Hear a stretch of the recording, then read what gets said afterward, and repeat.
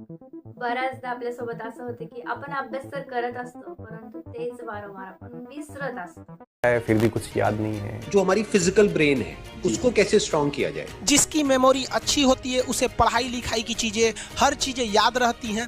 आप दिन भर बैठ के इंस्टाग्राम स्क्रॉल कर रहे हैं, जिसकी वजह से हम लोग एंडलेस डिस्ट्रैक्शन के लूप में फंस जाते हैं। In 24 hours time, we can revive the brain completely. नमस्कार, मी सुप्रिया थोरे. माझ्या ट्युटोरियलमध्ये आपले मनापासून स्वागत आहे. बऱ्याच मुलांसोबत असा प्रॉब्लेम असतो की ते बऱ्याचदा अभ्यास करतात, परंतु काही दिवसांनी ते विसरून जातात. तर आपलेच काही स्कूलमधील अशी काही मुले असतात ती थोडासा अभ्यास करतात, परंतु दिवसांनी त्यांच्या लक्षात राहतं, ते विसरत नाहीत. मग त्यांच्याकडे कुठली सुपरनॅचरल पॉवर आहे का, ते विसरू शकत नाहीत. आणि आपणच का विसरू शकतो, हा प्रॉब्लेम बऱ्याचदा मुलांना येतं. तर त्याच प्रॉब्लेमचं सोल्युशन आज आपण या व्हिडिओमध्ये पाहणार आहोत. या सर्व प्रश्नांची उत्तरे या व्हिडिओमध्ये तुम्हाला मिळतील की तुम्ही अभ्यास करतायत परंतु विसरतायत. एक्झामच्या वेळेस बसलो की काहीच आठवत नाही, ते तर मी आदल्याच दिवशी रिव्हिजन केली होती परंतु मला आठवत नाही. तर हे जे क्वेश्चन आहेत आपल्या मनामध्ये, त्याचा आन्सर मी आज या व्हिडिओमध्ये तुम्हाला देणार आहे. तर मी अशा काही टिप्स तुम्हाला देणार आहे, त्या माध्यमातून तुम्हाला तुमच्या या सर्व क्वेश्चनची उत्तरेही मिळणार आहेत.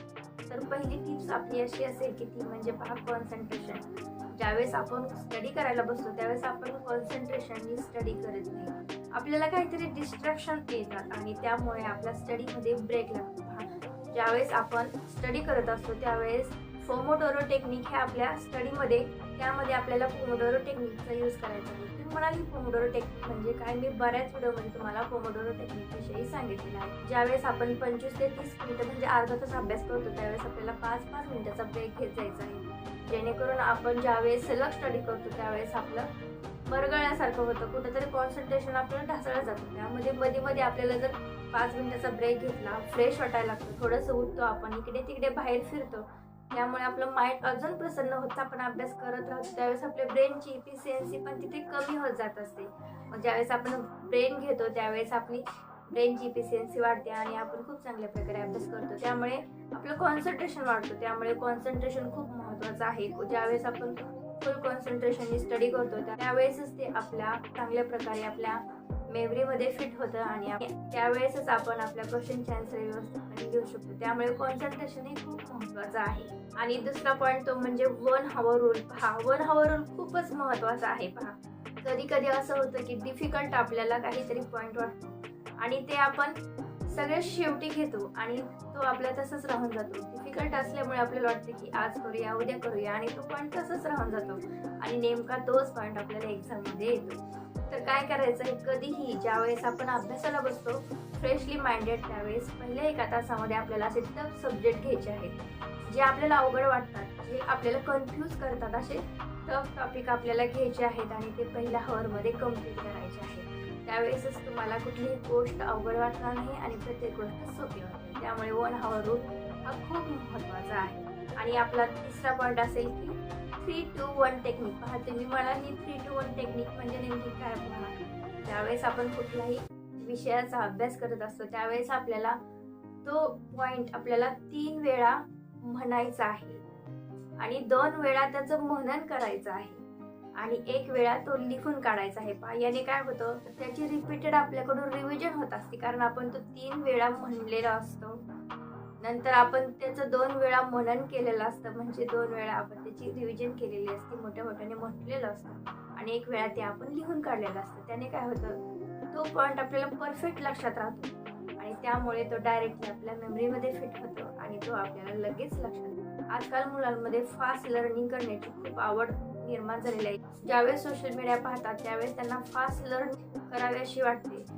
ज्यावेळेस आपण फास्ट लर्निंगचा उपयोग करतो त्यावेळेस ते आपल्या लॉंग टर्म मेमरीमध्ये व्यवस्थितपणे बसत नाही आणि त्यामुळेच मुले आजकाल कुठलाही पॉईंट स्वतः लिहित नाहीत आणि न लिहिल्यामुळे ते त्यांच्या लक्षात राहतात. हा कुठलाही पॉईंट असू द्या किंवा अवघड सब्जेक्ट असू द्या, एखादा मॅथचा प्रॉब्लेम असू द्या किंवा फिजिक्सचे एखादं क्वेश्चन्स असू द्या, ज्यावेळेस तुम्ही एखादा प्रॉब्लेम स्वतः लिहिताना त्यावेळेस तुमचे पहा, ज्यावेळेस लिहितो त्यावेळेस आपले 5 सेन्स ॲक्टिव्ह असतात आणि ते आपल्याला लगेच लक्षात राहतात. आपला ब्रेन ॲक्टिव्ह असतो. त्यामुळे लिहिणं खूप महत्त्वाचं आहे. त्यामुळे काय करायचं आहे, आपल्याला 3 वेळा म्हणायचं आहे, त्याचं 2 वेळा मनन करायचं आहे आणि 1 वेळा ते लिहून काढायचं आहे. चौथा पॉईंट असा तो म्हणजे शॉर्ट नोट्स. पहा, ज्यावेळेस आपल्याला एक्झाम जवळ यायला लागतात त्यावेळेस आपण एवढा मोठा सिलेबस तर घेऊन बसू शकत नाही ना.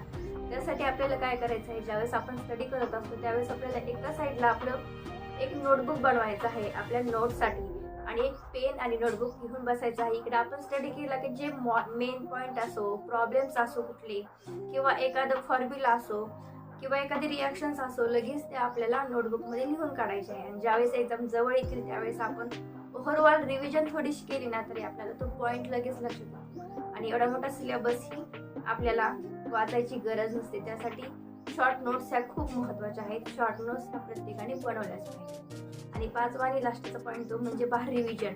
ज्यावेळेस आपण शॉर्ट नोट्स बनवतो त्यावेळेस परीक्षेच्या 1-2 दिवस अगोदर आपल्याला त्याची रिव्हिजन तर करावीच लागते. पहा, ज्यावेळेस आपण आपल्या डोळ्याखालून ती गोष्ट घालवतो त्यावेळेस आपल्याला नेक्स्ट टाइम लगेच एक्झाममध्ये त्या गोष्टी आठवतात आणि आपण लगेच त्या लिहू टाकतो. आणि आपल्याला लगेच आठवते की हा रात्रीच मी क्वेश्चन वाचला होता आणि तो मला आज एक्झाममध्ये आलेला आहे. हा जाता एक एक्स्ट्रा टिप्स देऊन जाते. ज्यावेळेस आपण रिव्हिजन करत असतो त्यावेळेस आपल्याला स्वतःच्या माइंडमध्ये एक माइंड मॅप बनवायचा आहे. पहा, ज्यावेळेस आपण एखादा फॉर्म्युला लक्षात ठेवतो की पहा फॉर्म्युल्यामध्ये पहिल्या स्टार्टिंगला काय आहे, याच्यानंतर काय आन्सर होतं ते आपल्याला आपल्या डोक्यामध्ये त्याचं एक माइंड मॅप बनवायचा आहे आणि त्यानुसार आपण त्या गोष्टी लक्षात ठेवायच्या आहेत. आणि हेच असे ट्रिक्स जी स्मार्ट मुलं असतात त्यात आपण टॉपर्स म्हणतो ती मुलं स्वतः यूज करत असतात आणि त्यामुळे ती अशी एक्झाममध्ये चांगली मार्क्स मिळवत असतात.